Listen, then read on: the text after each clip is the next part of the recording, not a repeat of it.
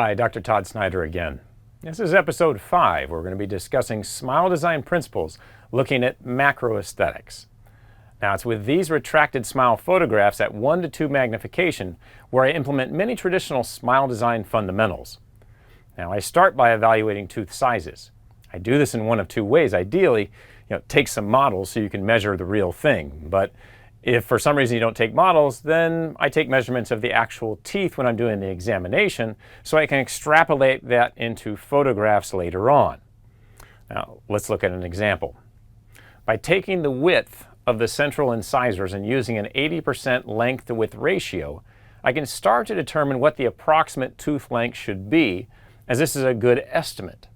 Now, I then take that length and position it within the image based on prior images showing how much length I can add on to the incisal edge of the tooth or add at the gingival level. So I'm looking back at unretracted photographs. Now, once I've determined kind of the positioning of that central incisor, I can then extrapolate that width and length onto the laterals and canines based on average tooth width and length percentages derived from the 2 front teeth. For example, if the central incisors end up being 10 millimeters in length instead of being a typical central incisor being approximately 11.2, then it's about 10% smaller than an average central incisor. If that was the size and shape that best fit into that patient's smile based on all the prior evaluations we talked about, then I can start to play with a 10% reduction on the average length of the adjacent laterals and canines to see if that percentage will work on the remaining teeth and make the smile look more pleasing. So once that's determined, I'll next play with the amount of tooth that's visible utilizing golden proportions, where I address how much tooth is visibly displayed in an anterior photograph. Now, the proportions running from central to canine being 1.6 to 1 to 0.6. Now, this can help me determine tooth rotation and position amongst the other teeth. Now, I can do all this on an iPad or computer or Surface Pro, but it also can be done on a model with wax.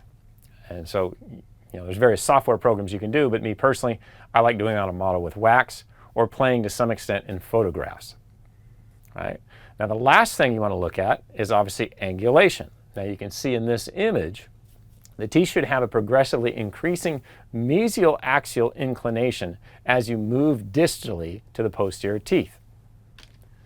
So you notice for this example, this patient obviously has some deficiencies in length and width. And so if we're taking measurements and percentages, we can start to determine how long that tooth needs to be. And based on a percentage of width to length ratios, we can determine how wide we can make a tooth and how long it should be.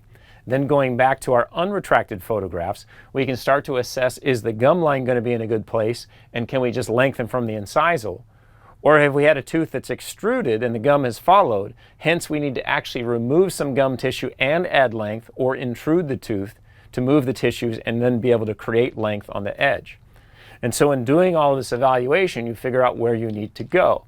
And in doing so, you can create some amazing pieces of, dentistry for patients that fit into their existing smile display.